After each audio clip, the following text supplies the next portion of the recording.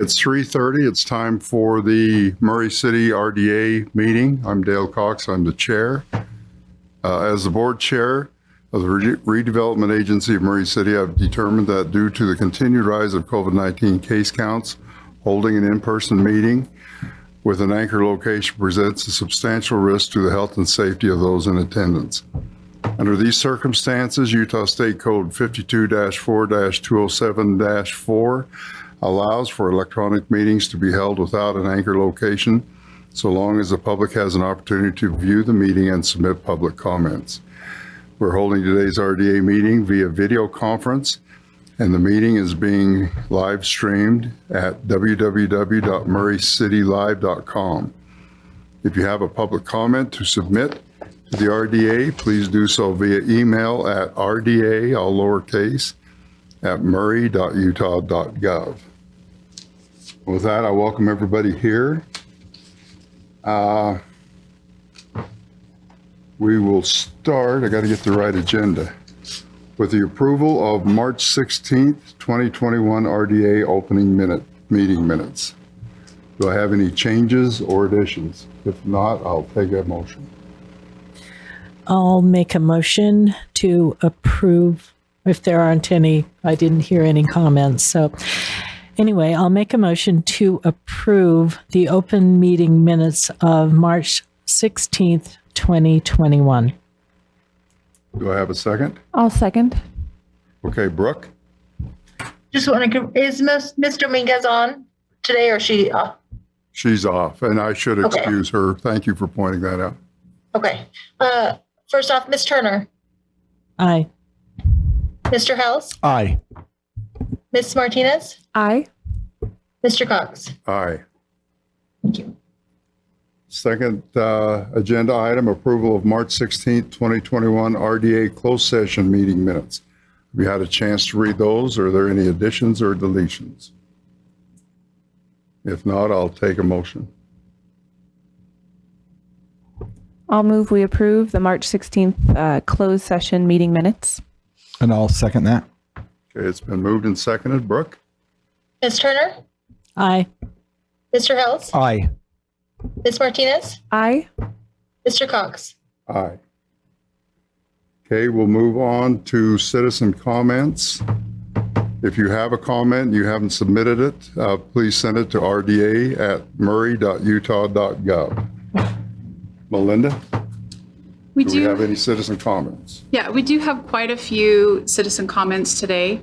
So we'll have Jay Boffman and Jared Hall will be helping reading those into the record. We'll start with the emails that were sent in and read those first.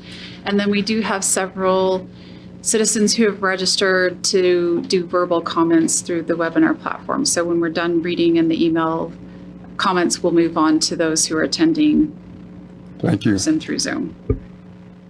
All right, I'll begin, then Jared and I will just alternate. All right, my first comment.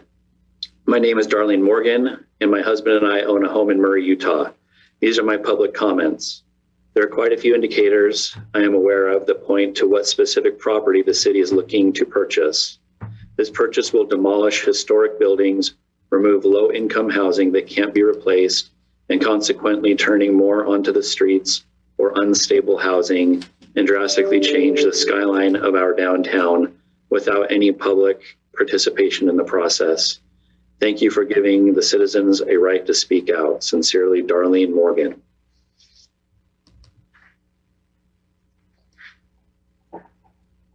Almost forgot to unmute. First comment I have to read is from Stacy Garcia regarding 4836 South to 4844 South State Street, Murray demolition. It begins, why are we tearing down buildings that are historical and still being used? Why are we removing buildings from the historic list, then tearing them down? Why are we putting high density housing here? We don't need more restaurants or grocery stores in this high density development when those things are available a few blocks away in either direction. We are Murray. We are not downtown Salt Lake City. If I wanted to live in an area like downtown Salt Lake City, I would move there. I live in Murray, born and raised, because it's a smaller community and people know their neighbors and care. Why are you not listening to Murray residents? We already have a lot of high density. Go build where the vacant lot of AISU is. There's already high density there, and it's by transportation options. It's sad when the only thing being considered is making a buck instead of maintaining our heritage, dignity, and integrity. I'm so disappointed and disgusted with recent events and the illogical placement for these types of developments.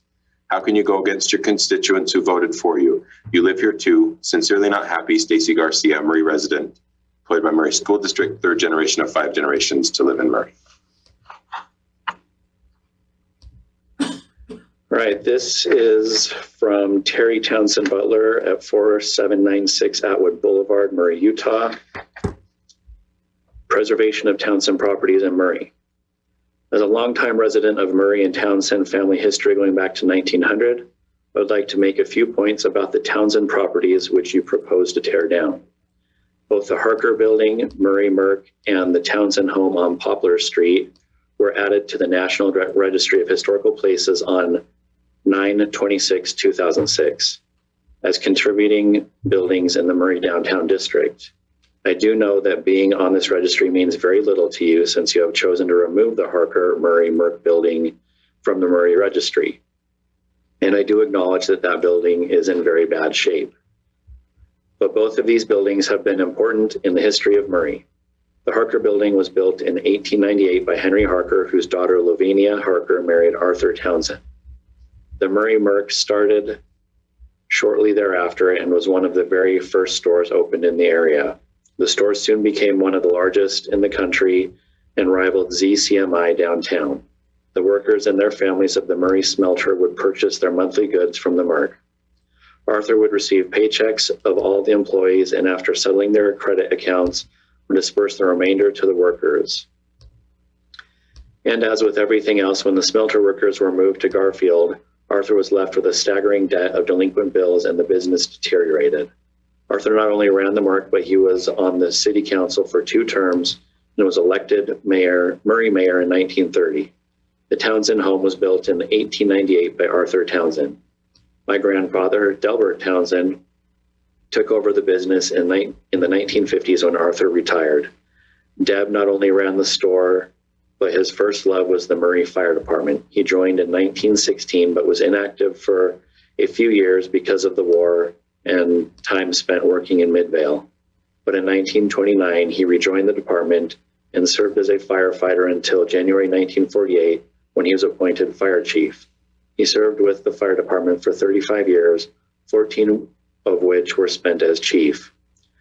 Quoting from one of the numerous newspaper articles written about Deb, we feel that Mr. Townsend is one of the most colorful figures in our community.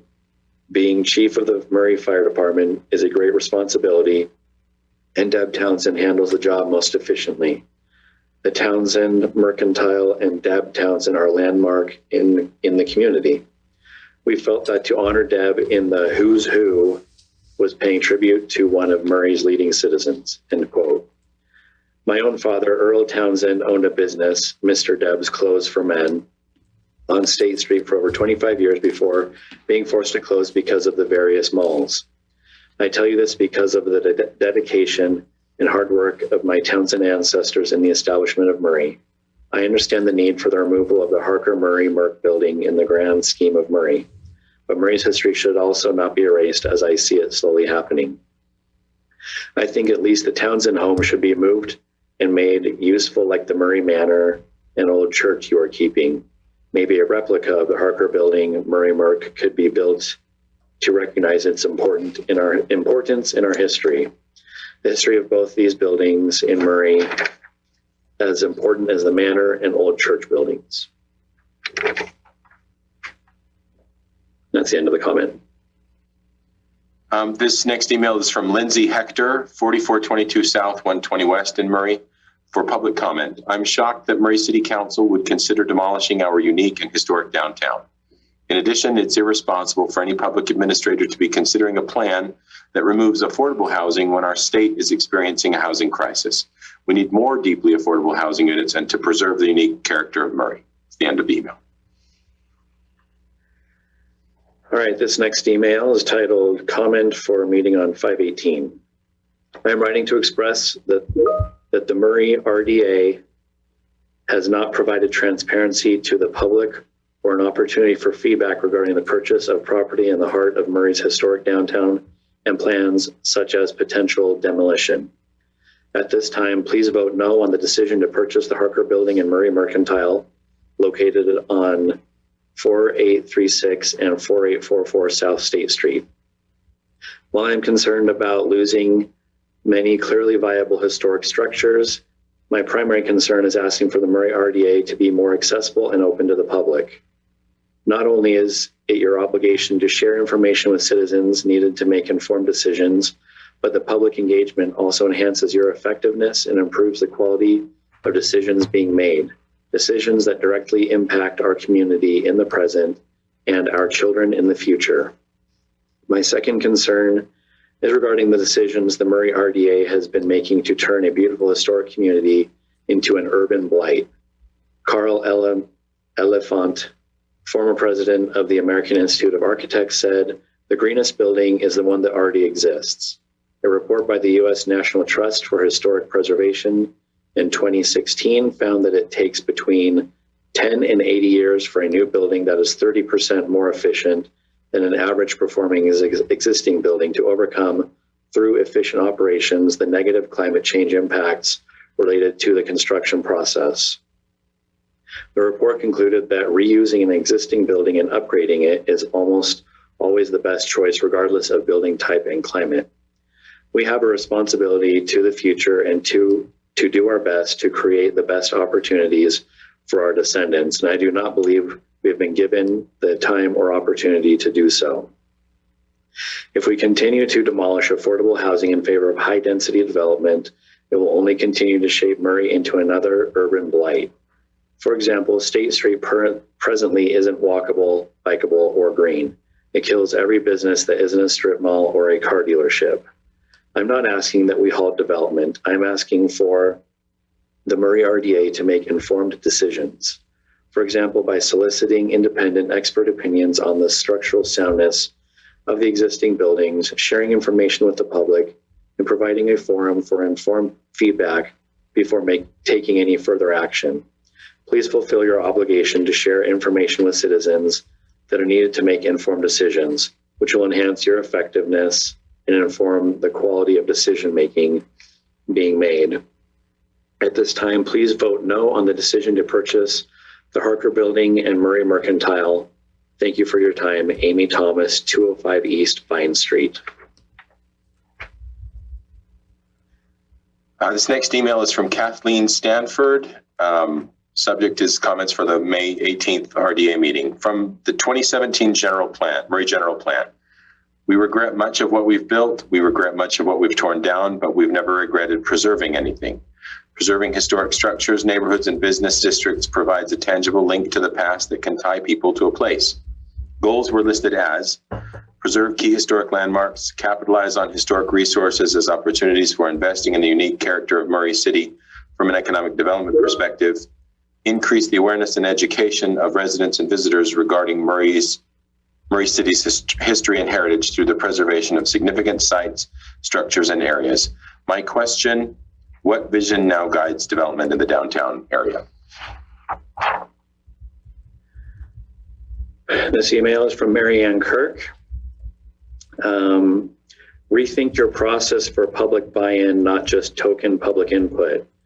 Get key planners involved in finding and implementing solutions. Ask for and value input from your advisory boards. Better yet, use some of their ideas. Number 2, better educate yourselves in historic preservation and its benefits, not just the viewpoint that they are old, unsafe buildings. Technically, 2/3 or more of Murray City's built environment, including our homes, were built before updated codes and drastically changed. Does that suggest we tear them all down? No, we address those issues while preserving materials and efforts of those who invest much to build them in the first place. There are preservation experts who can guide you through that process. And new building codes have historic exceptions and ways to provide safety so that we can continue to enjoy the architectural uniqueness of prior time periods. Number 3, maybe create a committee with key players from History Board, Arts Board, Chamber of Commerce, downtown businesses, etc., to discuss what needs to happen for both new and old buildings to create visual variety and a sense of place. That sense of place is extremely important and hopefully communicates in a visual way an appreciation for Murray's past and future. I thought some historic preservation was identified in the master planning process, but apparently it has been thrown out with the bathwater. Celebrating Murray's past merely in a museum is a slap in the face to its rich history. Number 4, one idea at one point, there was talk about creating a historic park. Why not create a destination site, something like Gardner Village around the Cahoon Mansion with the chapel, and move the Townsend home across the street? Yes, it will take money, but that money would be an investment in something that brings people and businesses to the area for receptions, dinners, arts and crafts shopping, entertainment, etc. This area has so much potential that the city has ignored for decades. Bill and Susan Wright provided a small flicker of light, which was supported somewhat with infrastructure, but the city never grabbed a hold of the bigger possibilities. Number 5, start talking about how to preserve the buildings on the east side of State Street with appropriate transition to a historic neighborhood. The Sharanian Clinic, Vision Center on 48 South, and the other small businesses along Desert Star should be front and center in the discussion and proactive plans. The twin duplexes on Jones Court are one-of-a-kind homes, only ones that architectural style on Utah's historic database. If properly cared for, these smaller homes throughout the historic residential district provide some of the affordable housing that is desperately needed, although I must admit their value is increasing. I really encourage you to think outside the box. Mary Ann Kirk. This next email is from Dylan Barney, 4902 South Box Elder Street in Murray. I disapprove of the wholesale destruction of historic downtown Murray City. I do realize that change happens and economic development is expected, and that the Murray City Redevelopment Agency owns much of the property between 4800 South and 4th Avenue and State Street and Poplar Street. However, with the growth, change, and economic development, the historic nature of Murray has changed and is changing. It is no longer as unique and interesting as it once was. It is beginning to look like any other city. Murray, Salt Lake, what is the difference? Crowded streets and congestion. If the apartments are constructed between 4800 South and 4th Avenue and State Street and Poplar Street, will there be enough parking, or will there overflow parking be allowed in the new Murray City Hall parking area, or will there be street parking like at Murray Crossing, Inverness Square, 240 West, 4790 South, apartments at 4623 South Urban Way that park on 200 West, the Fireclay area, or most recently when basketball games are played at the former Salt Lake Indoor Soccer Building, congested parking on Box Elder Street between 4th Avenue and Vine Street, and even on 4th Avenue. Traffic is limited to one lane. How much development is worth losing our heritage, increasing congestion, and increased risk to the health and safety of the people of Murray? Thank you for your time. All right, this comment is from Rachel Moreau. Dear RDA Committee, as a Murray citizen and voter, I would like to voice my disappointment with the direction being taken by Murray City in the redevelopment of our commercial districts. Many citizens, including myself, have requested at public meetings that the city take a thoughtful and measured approach to the type of development allowed in our downtown, something that blends better with the appearance of the east side of the street and surrounding neighborhoods would be a far better option, and it has been suggested many times. I firmly believe, along with many others, that the current Eastland project is not right for downtown Murray. It does nothing to represent the unique character and individuality that has always been associated with Murray and is a point of pride for many of us. I am not originally from Murray, but chose to buy a home here 7 years ago because I had long admired the qualities I mentioned above, as well as the love that the people have always displayed for their heritage. Our city decision makers can and must do better on behalf of the people they serve. You have that ability and obligation. Please don't let us down. Sincerely, Rachel Moreau.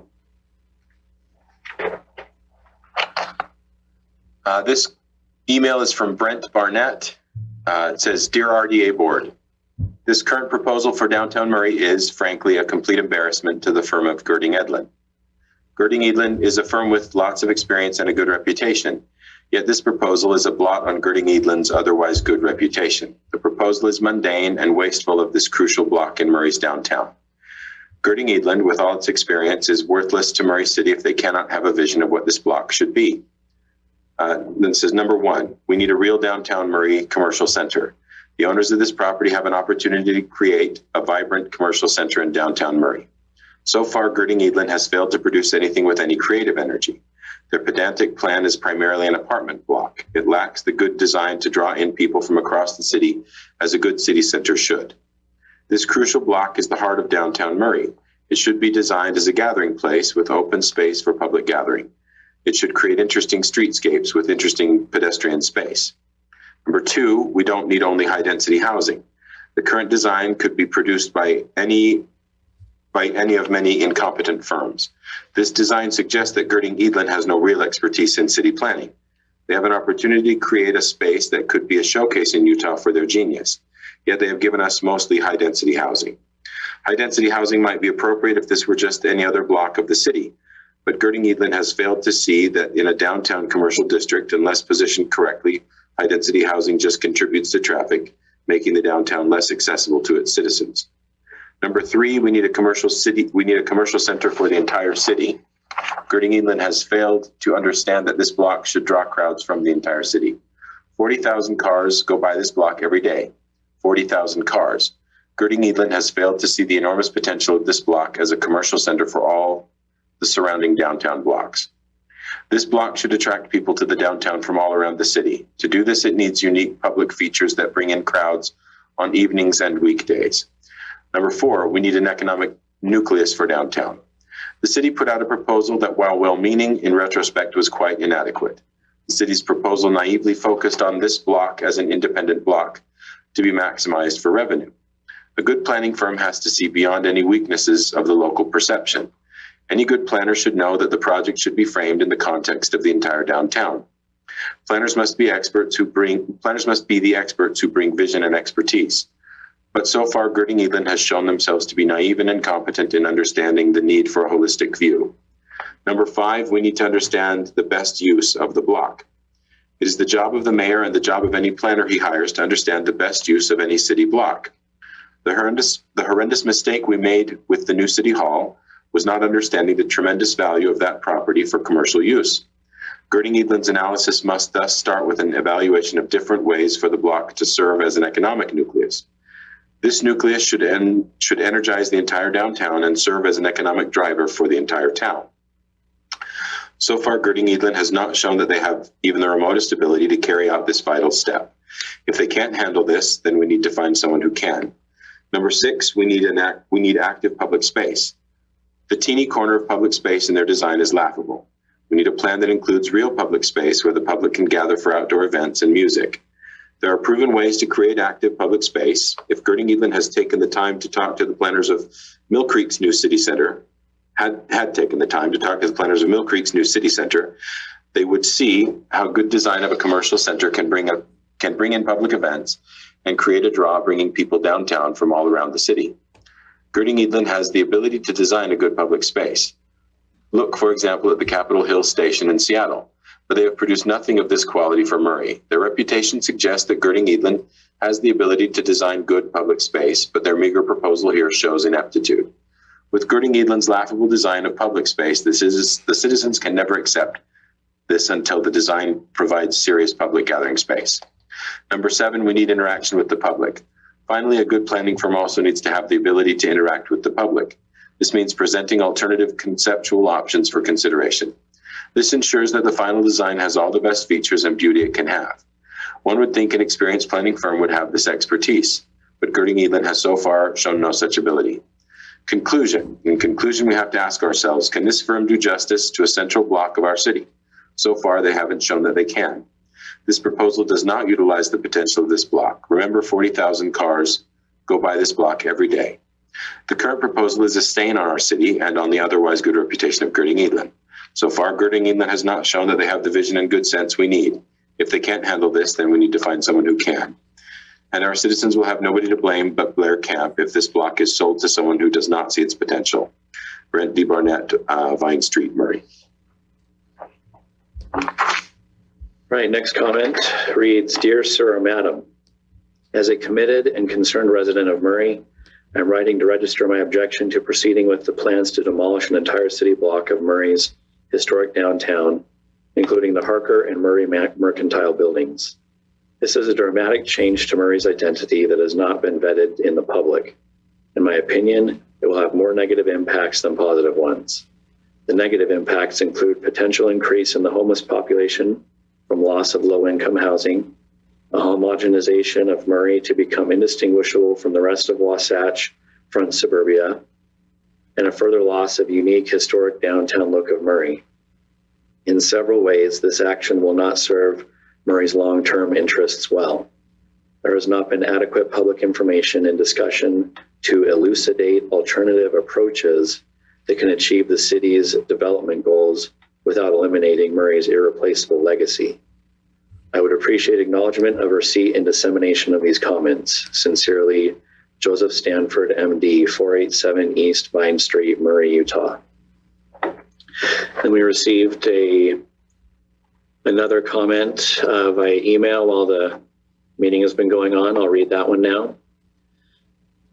For citizen comment to members of the Redevelopment Agency and Murray City Planning Commission, from Richard and Beverly Kringle, 1628 Vine Street, regarding need time and discussion for taxpayers before decisions are made.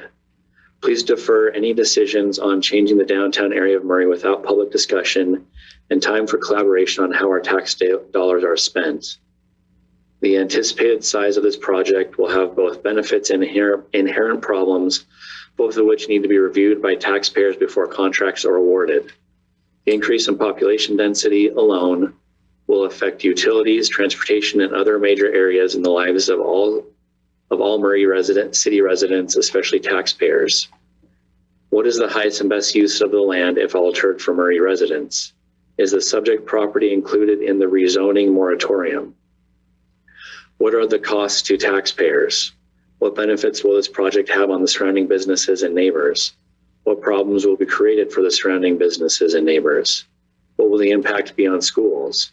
There will be many high-density buildings in the area added in the past few years that will start having an impact on the current school system. Details need to be disclosed and discussed so that evaluations of the highest and best uses can be achieved for the long-term benefits to Murray City taxpayers. That is the end of the comment.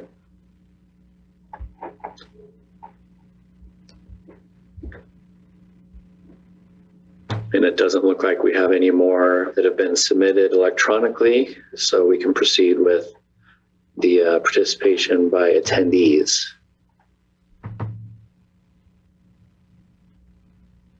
At this time, I will allow Janice Strobel to talk. Janice, are you ready? Okay, I will unmute myself now. So thank you for your time. And so far, we've heard from 11, is what I counted, that have spoken about the possible purchase of the Harker and Murray buildings.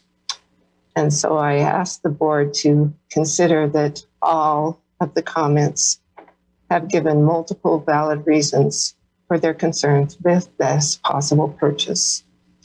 And how will the board, how will you take these concerns into consideration as you handle this agenda item? Thank you. And I would like to say that I do not blame Evelyn and Company for the things that they have developed because they worked with the guidelines that the city gave them. I know that Evelyn and Company can create some very good stuff, but they've been asked to create high density with as much into that block as possible, and that's what they did based on what they were asked to do. But it is not fitting what the community has prepared for or wants at this time. So how are we going to work with the community, and how are we going to provide support that would enhance our unique identity? Excuse me. Thank you.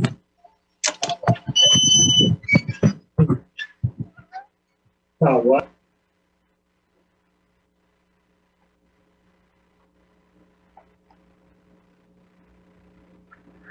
Okay. That, I believe, is it for the comments, live comments by attendees. Melinda, do you want to take it from here? Yeah, we had several people register. If there's anyone else that's on the meeting call and they want to make a public comment, if they could just raise their hand, and let's give them just a few seconds to do so.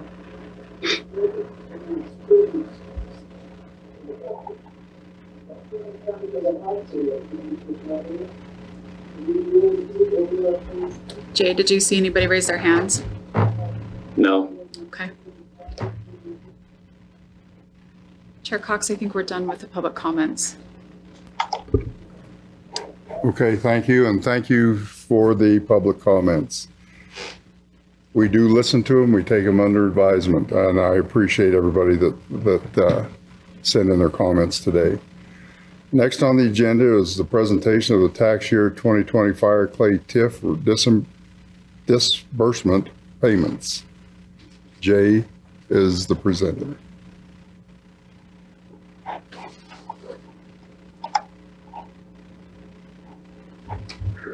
All right, so what we have is every year we present to our, hold on a second, I'm going to bring up a PowerPoint.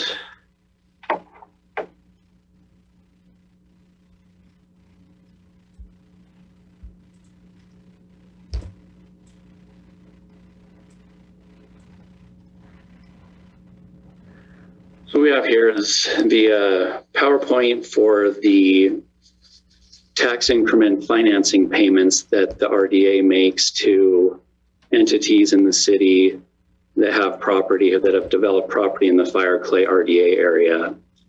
And so we can see that Avita Starwood, one of the developers there, received a payment in the amount of $372,996. That over the course of their total payments that they've received totals $906,117. Hamlet Development received a payment in the amount of $204,583. Their total amount of TIF financing that they have received over the course of their development is $819,160. Parley Partners, one more developer in the fire clay area, received a payment in the amount of $122,825 for a total TIF payment over the course of their development of $513,598. The Murray School District, the amount that they have received from the TIF payments in the fire clay area, this year they received a payment in the amount of $740,182 for a total of $1,578,970. So you can see how much they've received in each year, and then also the amount that they have received in total for over the course of the fire clay development, which started in the year 2015. Are there any questions about the payments? Does anyone have any questions? All right, thank you. Okay. Okay, next we are going to go into closed session. The reason for the closed session is to discuss an acquisition of real property, and I'm looking for a motion. I'll move that we go into closed session pursuant to Utah Code Sections 204 and 205 of Title 52, Chapter 2 of the Open and Public Acts meeting. I'll second. It's been moved and seconded. Brooke? Ms. Turner, Aye. Mr. House, Aye. Ms. Martinez, I agree, but was Jill going to talk about why first before we go into it? We still going to do that? Okay. Aye.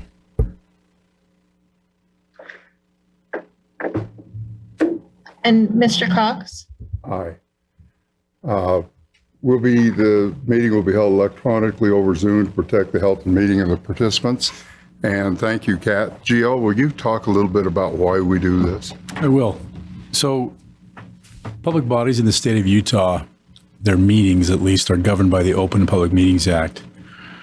And I think it's pretty clear that there is a legislative intent that public bodies deliberate and take actions in the open.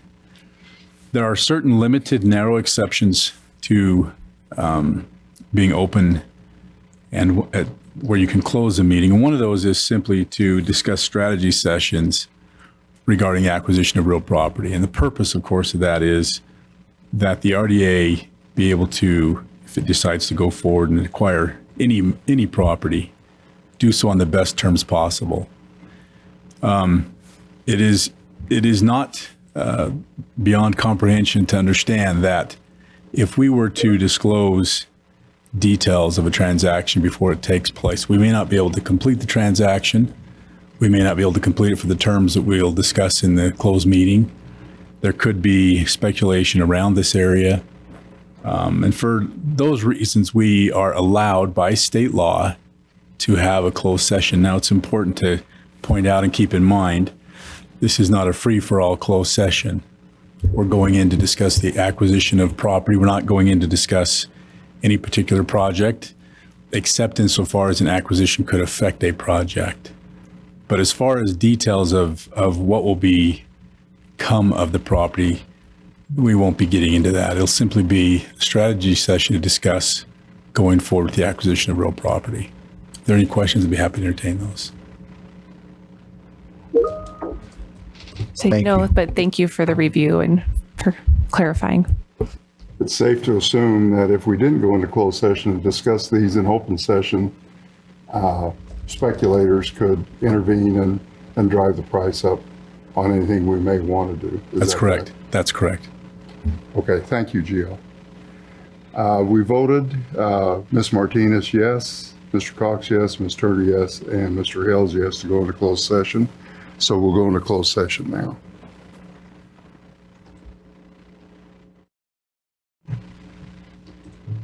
To approve the strategy decided upon?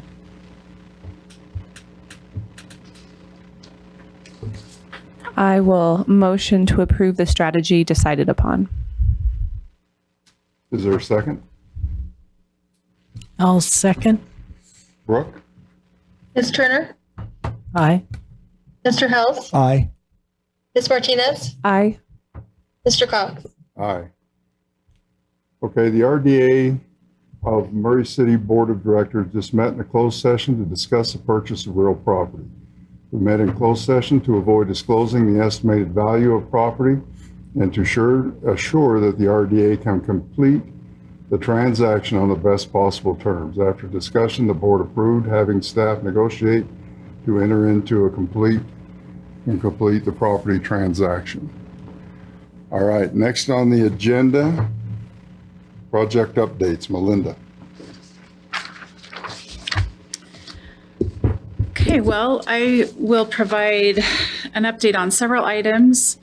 This is really exciting, just hot off the presses, but yesterday the Jesse Knight M Legacy Center did submit their plan to the state for their review on the materials management plan. So they've been working on that the last couple of months, and we've kind of been in limbo with them saying like we're about ready to submit it, but it actually was submitted yesterday on the 17th. So that's some great progress. We also received costs back through our Brownfields grant that paid for the cost assessment. So the cost analysis for cleanup on the Think Architecture site just south of the fire station. That's at 4868 South Box Elder Street. Depending on the methodology they use, those cleanup costs are estimated to be $120,000 to $180,000. So we will report that information back to Think Architecture and start working out the next steps of their development there on that site. The cell phone tower is still, we're still working away over there. T-Mobile was up there today getting the array installed, and that project is estimated to go through, I think, even the end of the summer. and the demolition of the existing tower, I think will be at about the same time frame. So we're hoping by the end of the summer that project would be completed. But the biggest news that we wanted to share was that, and we had some initial discussions about trying to do a public open house with the Eadlin project at 48th and State Street. We were hoping to be ready to do that actually tomorrow, but timing just didn't work on our side. So we are now looking at holding a public open house to show that design to the community and the public next month in June. We have not solidified a date, but we'll release that date to the public as soon as we're comfortable that the project is ready to be unveiled to the public, and we'll have at least 2 weeks notice on that date prior. We are looking at either Wednesday, June 15th or Wednesday, June 23rd.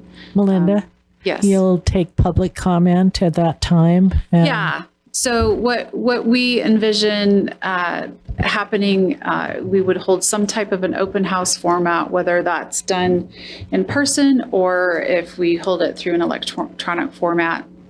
We're considering that as well. And we would again give the public a couple weeks notice of when that meeting would take place. Eadlin would come in and show the design to the public, kind of go over how they got to the end result of their concept design, and then hopefully be able to have some breakout rooms where a member of the development team could facilitate comments with those who are in attendance. And then we would have a period of time, or Eadlin would have a period of time where the public could then go back and look at the design that was presented and give any comments to them. So we think there would be about a 1 week period where Eadlin would be taking comments from any members of the public. And then we also plan on having an opportunity for the members of the public to comment to the RDA board.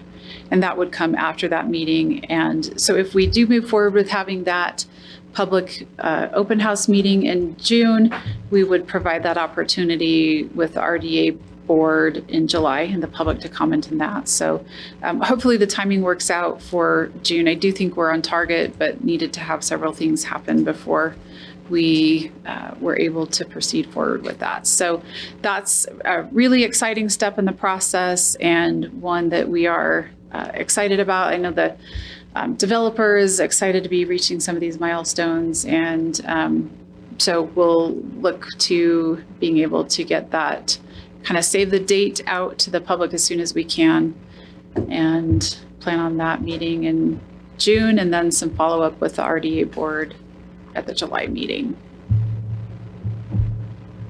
So that's really all I had for project updates. It's not necessarily RDA related, but the Brownfields Coalition between Salt Lake County, Salt Lake City, and Murray City, we got confirmation of awarding or being awarded an additional $600,000. So that is great news for Murray City, for the RDA. We have used a lot of those Brownfields grant funding for projects that are located in our RDA project areas. So that's another good news moment that we had come out late last week. So any questions from anyone? Any questions for Melinda? Breaking things over here. Just off that, to our chair, would that July meeting be in person? People could come in and make their public comments here in person? I think that's still to be determined, isn't it? I would prefer in person, but we still have precautions we have to take. So as soon as we get a decision on that, please let us know, and please get it to the public as well. Okay, I think so. For the public open house, I think we're still trying to figure that out. But were you talking about? I was talking with the RDA meeting in July. Okay. Oh, I thought we'd. I would think we'll go live just like we are with council. Yeah. Excellent. Yeah. Thank you. And that's July 20th. Just for those who might actually be watching, July 20th is the next RDA meeting. All right. If that's it, this meeting's adjourned. Thank you.